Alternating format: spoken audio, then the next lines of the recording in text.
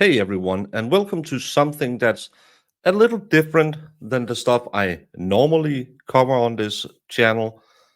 Normally, my focus is mainly on criminal law because that's where I made my bones, and that's where all y'all like to hang out and watch trials. But while getting up this morning, I saw this lawsuit had been filed against Garth Brooks. It's a civil suit. He's being accused of SA and battery from a Jane Rowe who says she used to work as a hairstylist and a makeup artist for the award winning singer. She also used to work with his wife, but now she alleges that since 2019, she was once raped by Garth Brooks, and the Brooks family have come forward and said, for the last 2 months, I've been hassled to no end with threats, lies, and tragic tales of what my future would be if I did not write a check for many millions of dollars. Hush money, no matter how much of it or how little, is still hush money. In my mind, that means I am admitting to behavior I'm incapable of. Ugly acts that no human should ever do to another, he added. We filed suit against the person nearly a month ago to speak out against extortion and defamation of character. We filed it anonymously for the sake of families on both sides. We have, if this has any interest, I have both of the filings. So I could do a live stream where we could look at it. There's some very salacious, let's just call it, allegations. But when I read it, you have the story that Rowe began doing hair and makeup for Brooks in 2017, according to what she said. But she started working with the family with Trisha Yarwood in 1999. And so it's a very long time. The Yarwood side, the wife's side has said, well, we don't think there's anything there. We don't want to pay. It seems like they're just trying to force us to pay money. But in the suit, you can read about the SA, the battery, and that Brooks allegedly kept exposing himself, talking about smacks, sharing smeksual fantasies with her, constantly getting undressed in front of her. So it it reminds me kind of the AHJD case. It's a he said she said case.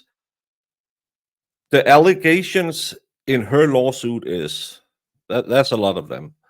Um, like they have here in her filing, she claims that during one alleged incident in 2019, when she was at Brooks' home for work, he walked out of the shower without clothes on, grabbed her hands and forced them onto his area while speaking to her with sexually explicit and vulgar language. And another alleged incident, she was raped in a hotel room during a work trip to LA when he was there for a Grammy tribute. Usually there were others on Brooks' private jets, but at this time, Ms. Rowe and Brooks were the only two passengers, the complaint states. Once in Los Angeles at the hotel, Ms. Rowe could not believe that Brooks had booked a hotel suite with one bedroom and she did not have a separate room. Once they arrived at the hotel suite, Rowe alleges the country singer appeared in the doorway to the bedroom completely. Rowe's complaint states she felt trapped in the room alone with Brooks. After the alleged Grape, Rowe claims that Brooks continued to tell her his fantasies with more frequent and physically groped her. The complaint states Brooks' repeated remarks about having a threesome with his wife.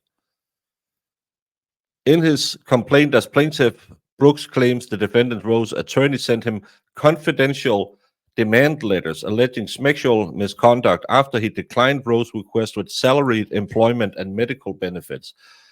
Defendant's allegations are not true, Brooks' previous lawsuit stated. Defendant is well aware, however, of the substantial, irreparable damage such false allegations would do to plaintiff's well-earned reputation as a decent and caring person, along with the unavoidable damage to his family and the irreparable damage to his career and livelihood that would result if she made good on her threats to publicly file her fabricated lawsuit. And then we have the lawyers arguing, is Brooks just trying to shut her up?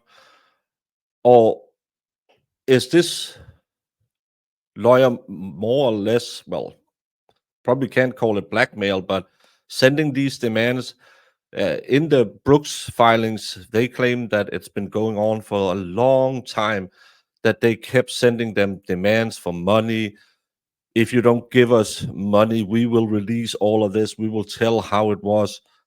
So it's kind of, and could be very interesting because, again, there's only two people who can talk about it because allegedly they were alone when stuff happens. But normally you will see them pay. In these kind of cases, they will just pay the money, go away. According to the Brooks lawsuit, he has helped her out multiple times. She used to live with in the area where he lived. Then she moved away, but because she had financial troubles, he hired her more than he would have. He helped her out. But then she came and asked for a salary, and then the allegations started happening. So I don't know. I think it could be kind of interesting to look at, but it's more gossipy things than I normally do. I don't know. If you think it could be interesting, I should do a show on it. Read the filings.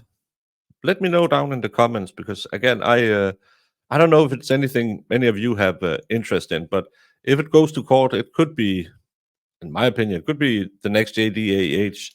Not as quite as salacious, but still, Garth Brooks is a pretty big name. I don't know.